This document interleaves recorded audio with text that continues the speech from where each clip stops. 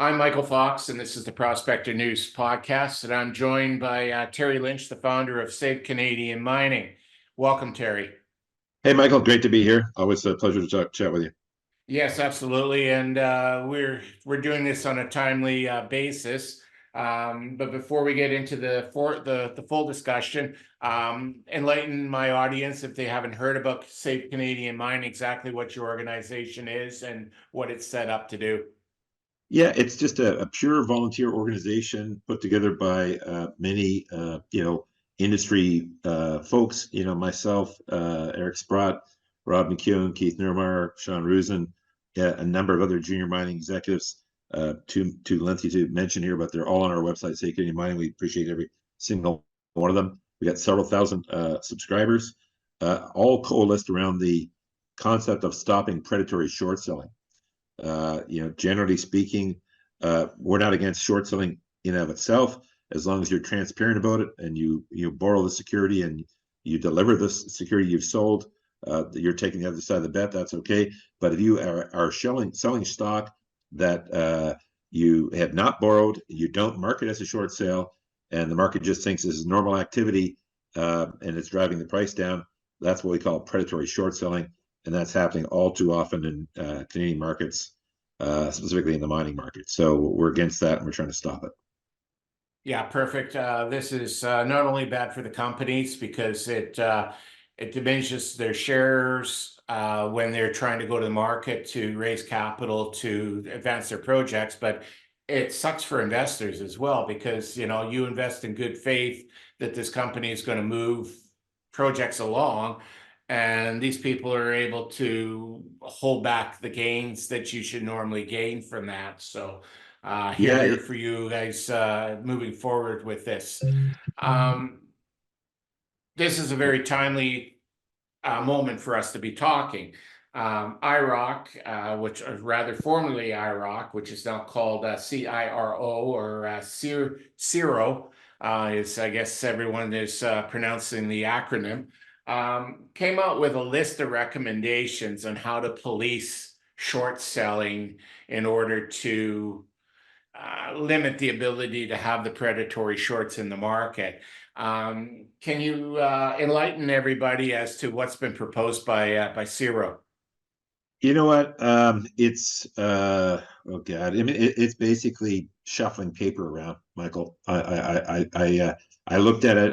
Initially I saw it. I thought, well, it's hopefully they're finally waking up to this thing, but it's just more paper shuffling. It's useless. I'd like to try and turn a positive slant to this, but it's not. I mean, as an example, one of their big things is, right now, when you sell a stock, you're supposed to settle in 2 days. So if, let's say, Terry Lynch is selling some shares of XYZ mining to you, Michael, I sell my shares, and in 2 days I have to deliver that certificate.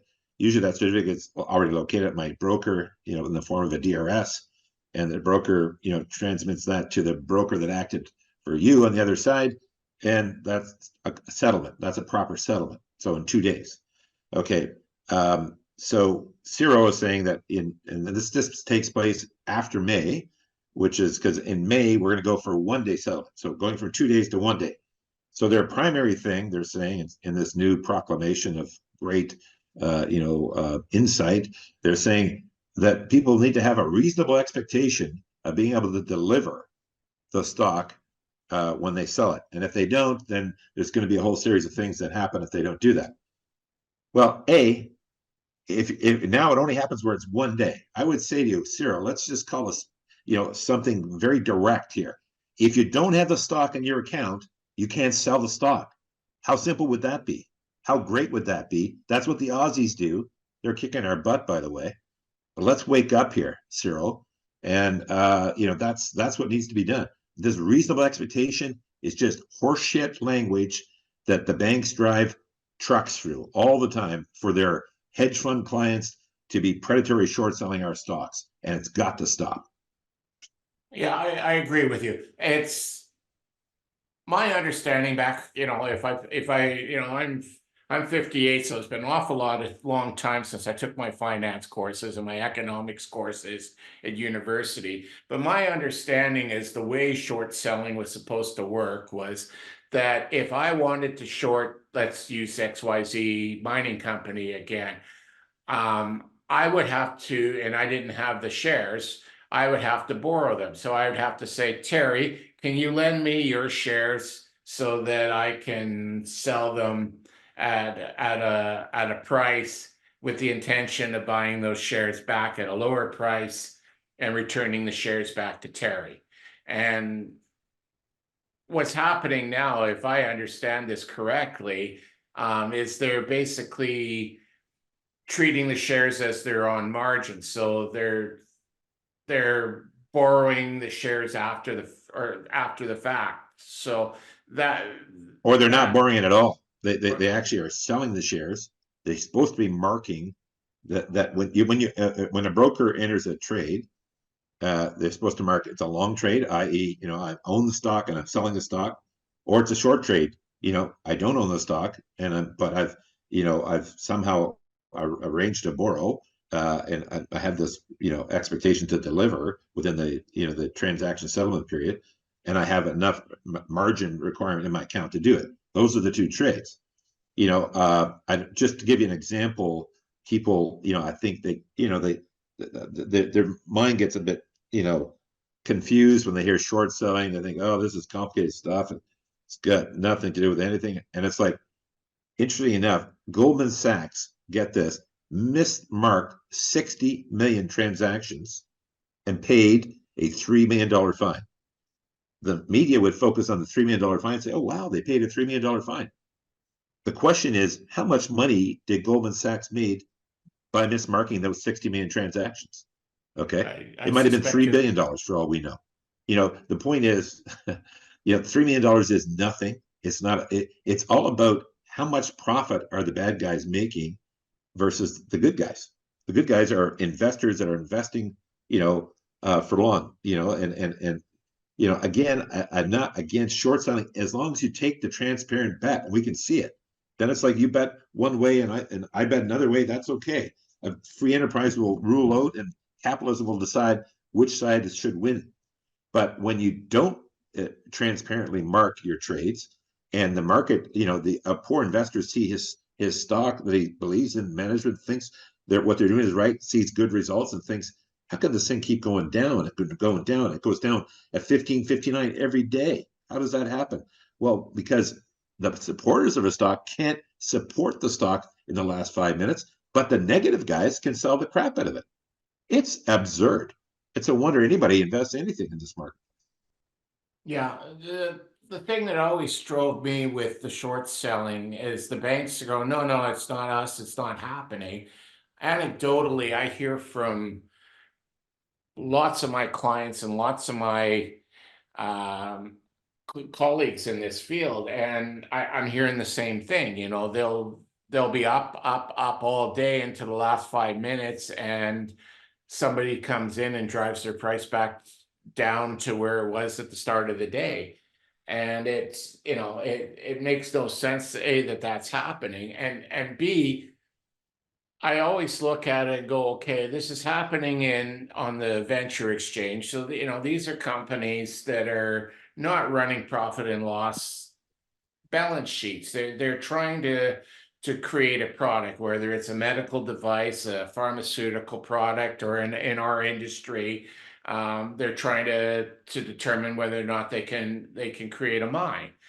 And because there's no profit and loss, it's prone to these short sellers that come in and just want to beat the price down. But I often wonder, if the shoe was on the other foot and everybody started shorting, say, CIBC, which is Canada's largest bank, how far they could drive that price down before the markets and everybody would put a stop on the trading. Yeah, here's the thing. Once you're above a certain size, and I think it's around $1 billion market cap, you have intrinsic value that's readily apparent. You have cash flow. You have weapons that you can deal with short attacks. like if you tried to short a CIBC. We can see, with AMC and GameStop, these were several billion-dollar companies, and they suffered under short attack and still are under short attack.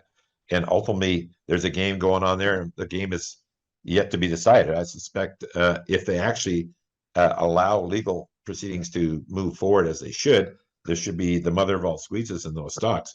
You're seeing one right now in the States that's getting a lot of attention called MMTLP. And that is a natural resource stock in the oil business that where they tactically took the company private to squeeze the shorts.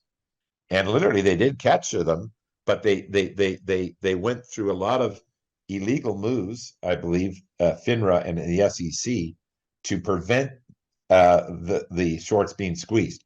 So they're protecting the bad guys. The regulators are protecting the bad guys, and that's what I believe is happening in Canada as well. So they talk a good story. I don't, I think the rank and file at CIRO, or I've met many of them, fine people, but either they're deep in their own echo chamber and clearly don't know what's going on, or something more nefarious. I don't know, but in the States, very clearly looks at if you look at that file in particular, the MMTLP, the SEC and FINRA. I mean, Congress is going to investigate it. There's a lot of, and I think you're seeing China shutting down short selling, Koreans have shut down short selling. I mean, this is becoming a global initiative because trillions have been taken out of the market exchanges around the world, not just in Canada, all over the world. But Canada is one of the more egregious ones because our regulators have been asleep. And I've been super I guess even-handed with them over the years at Save Canadian Mining. We've tried to do the polite lobbying and go through that whole process. We got nowhere. We got nothing done. And so we need to get much more vocal. And I think the banks, investment banks, understand two things, Michael: pleasure and pain. Pleasure is what they're having right now because they're getting a lot of profit from participating in this destruction of these companies, our markets, and our investors. Short term, they're making a bunch of commissions, and trading fees, and life is rosy, and they're prop trading around these bad actors that are offshore that aren't paying taxes, and they're allowing that all to happen and seeing the absolute destruction. You look at the TSXV trading at all-time lows when commodity markets are still actually quite reasonable. So I mean, there's just massive destruction. So they're getting a lot of, they're making money, so that's why they're not changing. So what has to happen is they have to have pain. So where's the pain going to come for these guys? Well, it's going to come because they're now starting to lose lawsuits. They lost a major ruling in the U.S., CIBC World Markets against Harrington Global.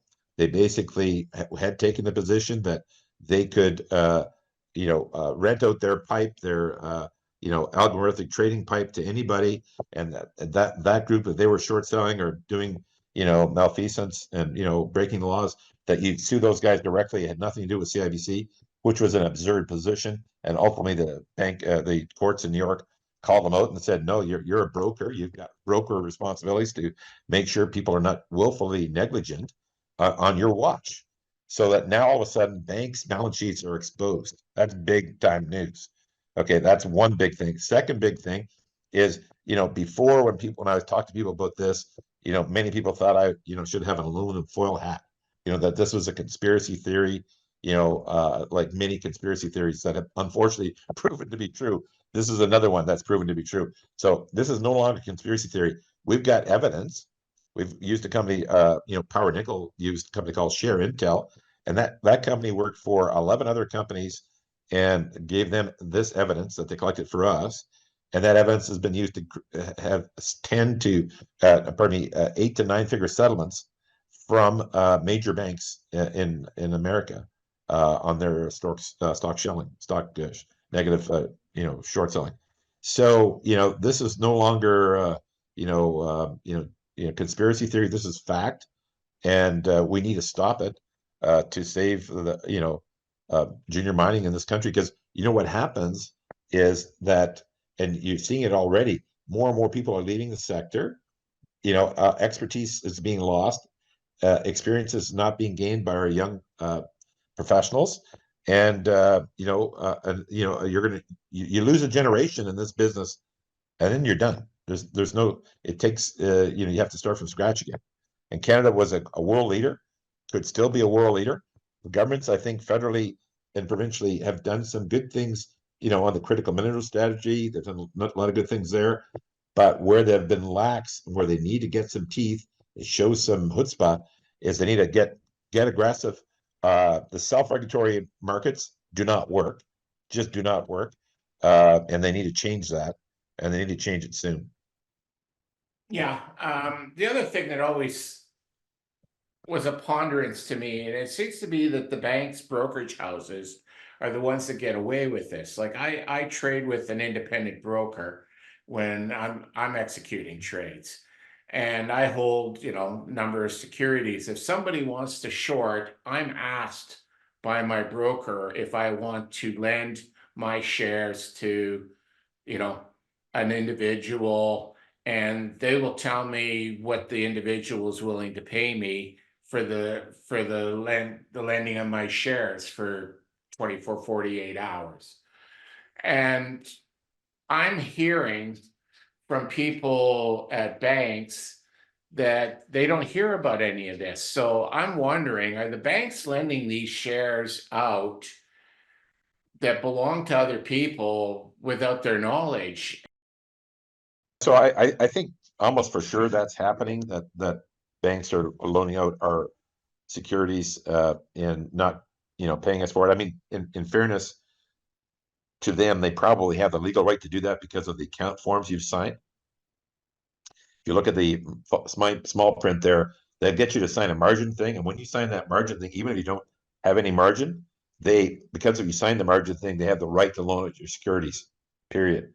And they don't have to pay you anything. So I mean, I think it's just awful that they do that, and I don't believe, even tell them not to do it, that they don't necessarily do it. I think your broker may think that happens, the broker that you're possibly dealing with, but I think these things happen at several pay grades above that broker, where their banks they write derivatives on securities they're holding to other trading companies, and all sorts of shenanigans, bullshit that basically means that they're borrowing your stock. Because what happens when Power Nickel did what's called we audited our accounts at all the major banks that we could get records of, which is about 80% of our shareholder float.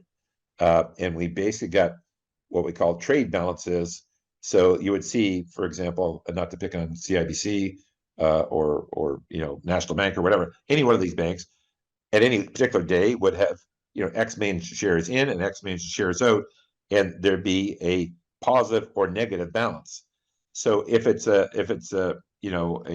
negative balance, it doesn't necessarily mean it's short unless it's sustained and considerable. So what happens is Share Intel, this group of the US, come up with a methodology to process through the data of CDS and Broadridge and TSXV, and they are able to tell you, and the initial test that you do it over 8 weeks, 4 different periods of 2 weeks, and they're able to tell you what your trade balance is like for any of these securities firms for that period of time.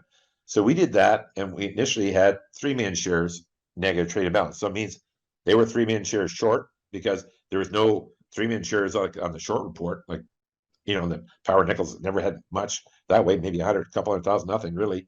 So the actual guys who actually are being honest, there's not many of them. It's just a lot of times that happens because guys putting the stock in and hasn't brought a certificate in, and it gets cleaned up easily.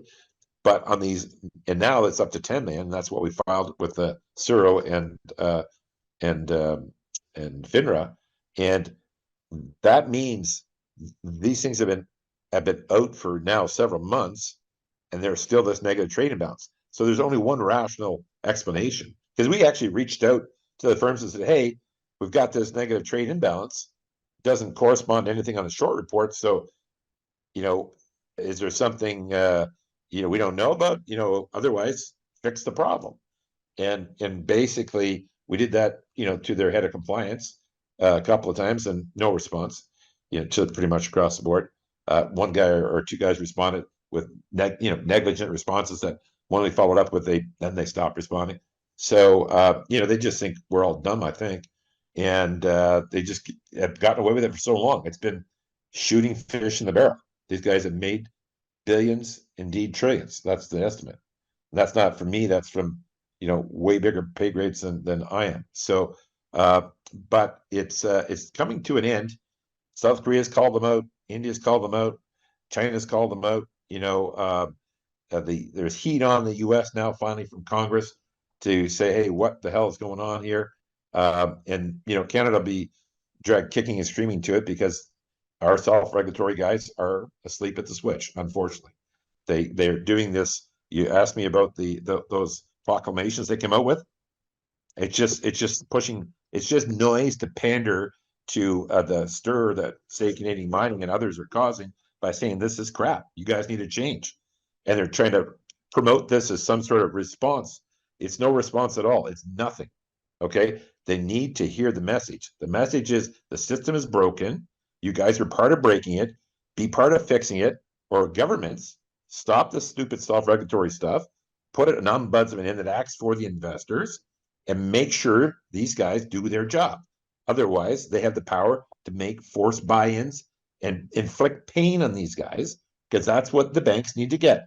They've been having lots of pleasure, just pillaging here. They need to have some pain. Yeah. This has led me to two other questions. One of the questions is that, and we referenced GameStop earlier, but part of the reason that the GameStop meme stocks was able to take off the way it was is because you had platforms like Robinhood that came up with commission-free trading, so that people could essentially buy small amounts of stock without paying commissions. So has that put pressure on the larger brokerage houses like the banks to find other sources of profit because they weren't getting their 3% or 6% commissions on trades any longer?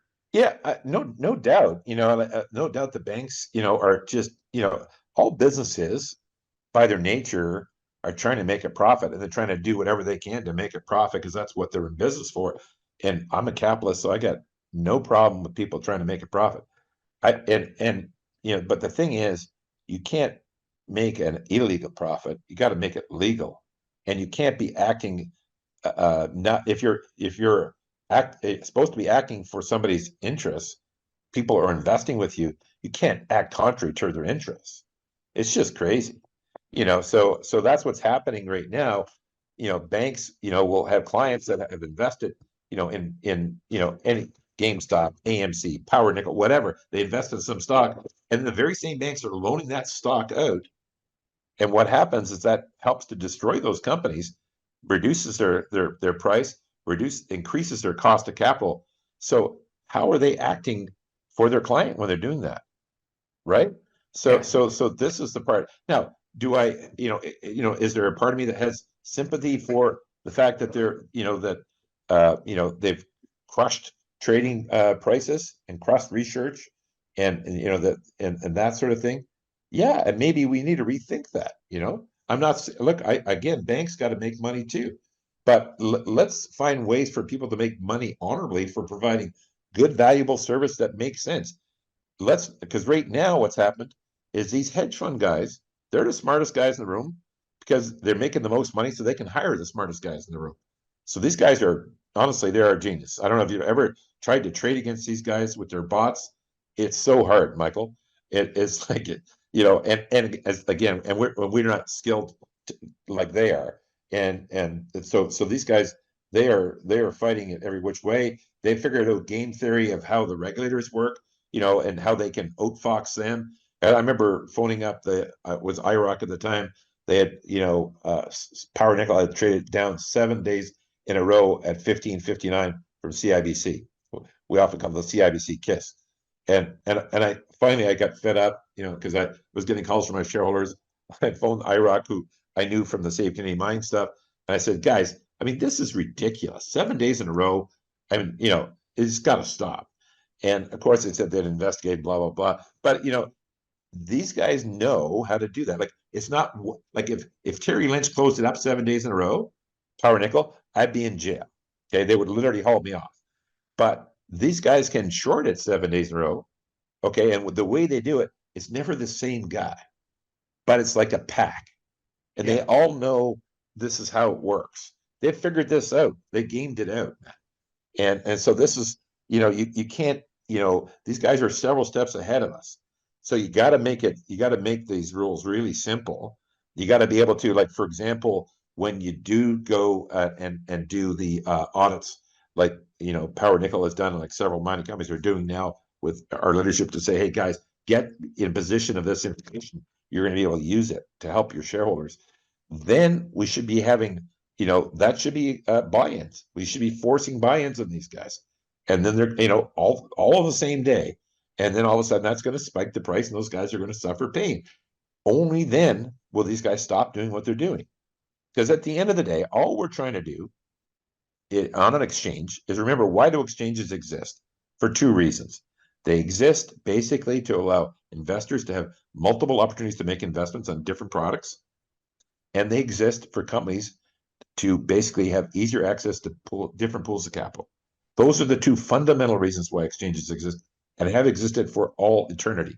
Not to make hedge funds make untold profits from living offshore, not to make banks make untold profits because they're taking a piece of everything, not to make exchanges themselves profitable because they're clipping you for all these crazy fees.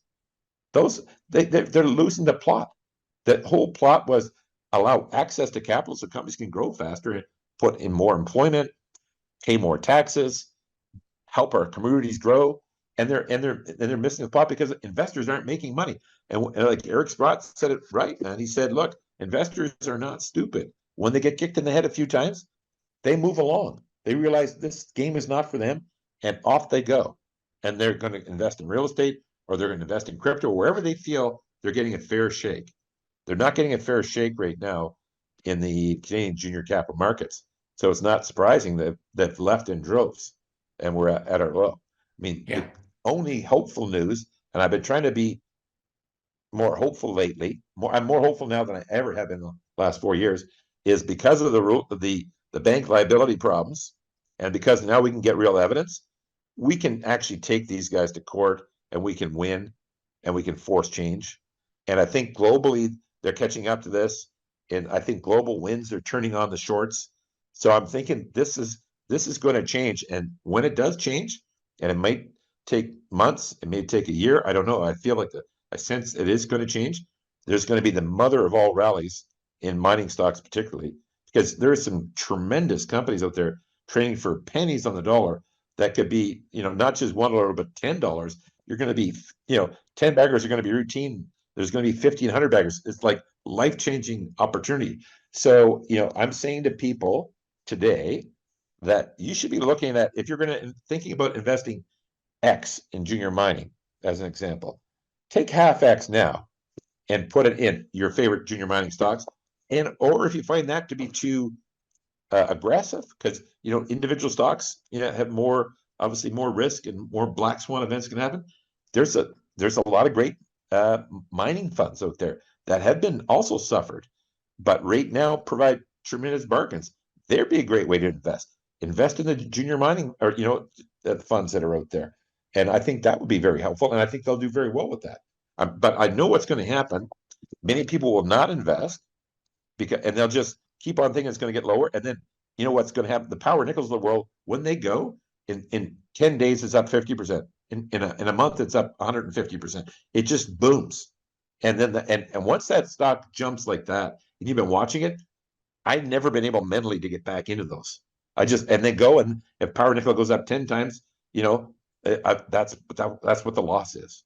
You know what I mean? And so that's why I'm saying to people, yeah, there has been very bad times in the sector, and there are some nefarious things happening, but there are also forces of good now coming into the space and globally that suggest to me that this problem is going to be dealt with, and that now's the time to be taking advantage of some bargains and to think about that. Don't just think about the negativity. There's going to be other ways that you can be helpful to the cause.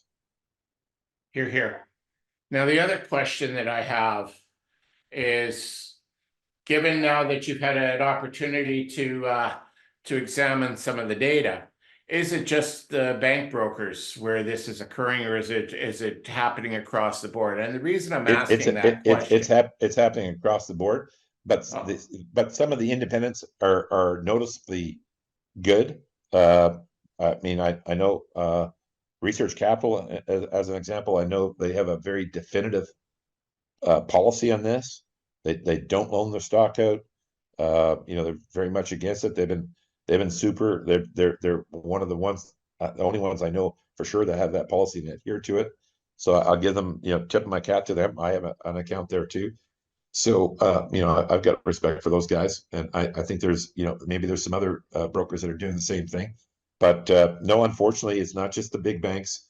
You know, they're obviously you know, a part of the cabal, but that's many of the other brokers as well. I see. The reason I was asking the question is I liken back to the 2008 mortgage crisis, because what was happening was the banks were basically taking bad mortgages, lumping them in with good mortgages, and then selling them, but not selling them once. They'd be selling them 100 times over. And I'm wondering if they're using their fractional reserve requirements in their brokerages to take, you know, assuming I have say I have 1,000 shares in their brokerage, they're lending out my 1,000 shares not once but multiple times over. I think that's happening. Yeah, I think that, and that's certainly seems to be the case in several of these meme stocks in the States where there's good evidence, and I've seen some numbers like that here. You know, we know, for example, in our own circumstance with Power Nickel that, you know, that we found 10 million shares short, or just short of 10 million shares, uh, and the lawyers we're talking to say that on the 20% of the market that we can't see, it's usually several times worse in there.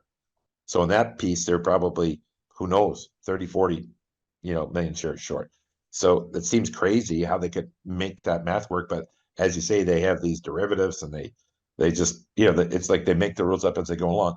FINRA this week came out and said on that MMTLP, they said when the stock goes overseas, we have no oversight as to what they're doing over there and how many shares short they might be. They don't know.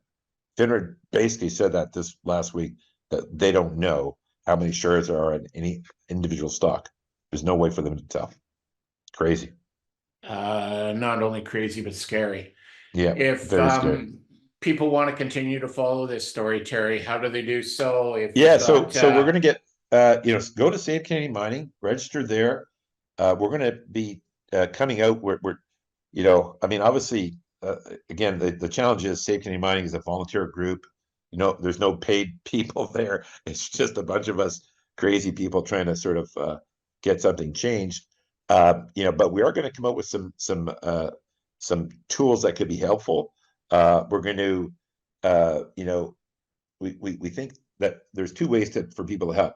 There'll be we think a need to probably donate some money to because we're going to have to litigate some of this stuff, you know, so we'll have to hire lawyers and do something that way. Plus, we want to gather more evidence from more firms, so that it's one thing to have, you know, one, two, or three, or five companies, another thing to have 20 companies with evidence across the board.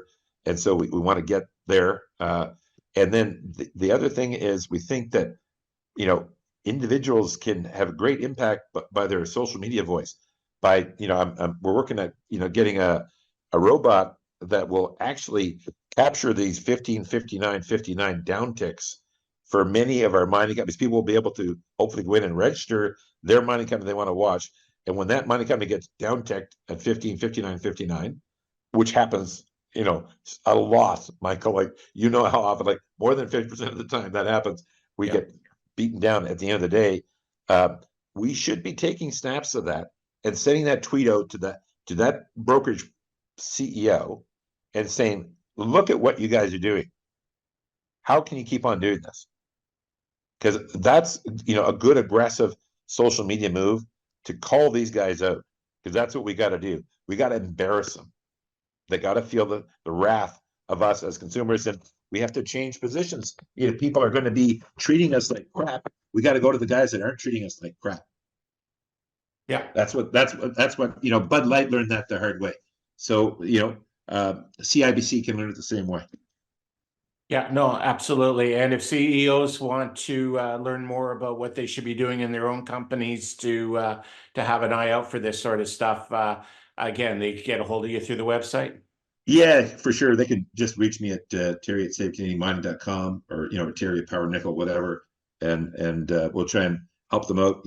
With as much knowledge as we have. We certainly can put them in touch with how to gather the evidence themselves to really know if they got a problem or not.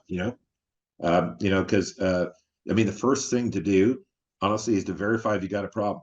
And we've gotten that down now. We've made a blanket deal with these guys that have given us a good deal to enable us to go out and recruit 20 companies to do that, and so we've got a fairly significant discount, and you'll find that evidence out, and honestly, that'll be the best IR money you can spend.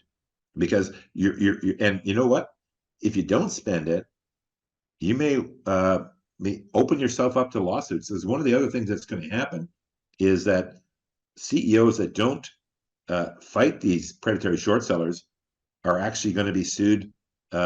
Because we got D&O insurance. That's one of the things that they could sue us on. Is if we're not fighting against it and we actively now know that this is a problem, well, then that's a problem, for our board, and we could get sued by lawyers in the States. And I know that there's a bunch of that actively being looked at. So it's in their enlightened self-interest to find out if they have a problem. If they have a problem, then there's some steps that we can take to, individually and together to help fight the problem. Yeah, absolutely. And the last thing before we move on for today, I believe you said you were giving a talk at PDAC on this very subject. Can you enlighten people on the talk and when and where it is? Yeah, you know what? I think it's at 12 or 12:20 on the Sunday, and it's in the main stage, of the investor area. So and it would be obviously I think I'm the featured speaker. There's a couple of newsletter writers interviewing me or whatever, but PDAC will certainly have it up there. But I believe it's on the Sunday. It's either 12 or 12:20, and I should know that, but that's what I recall. And yeah, we'll try and again, just create more exposure and just keep the heat on these guys till they make the changes and do the things that really they should be doing for investors and for companies, for communities, for governments. I mean, just think of the tax revenue that we're losing by having an unhealthy business. It's crazy. Yeah. I would advise anybody that's going to PDAC, if you're an investor or a company representative, let's fill that room and start to make our voices heard.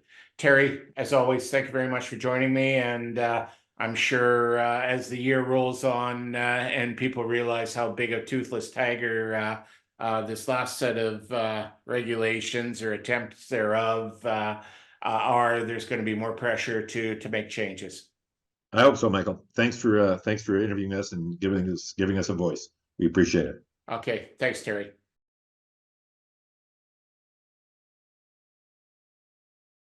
The Prospector News podcast is for educational purposes only. The opinions expressed are those of the participants and are not to be taken as investment advice. Listeners need to do their own due diligence and seek advice of a licensed investment advisor.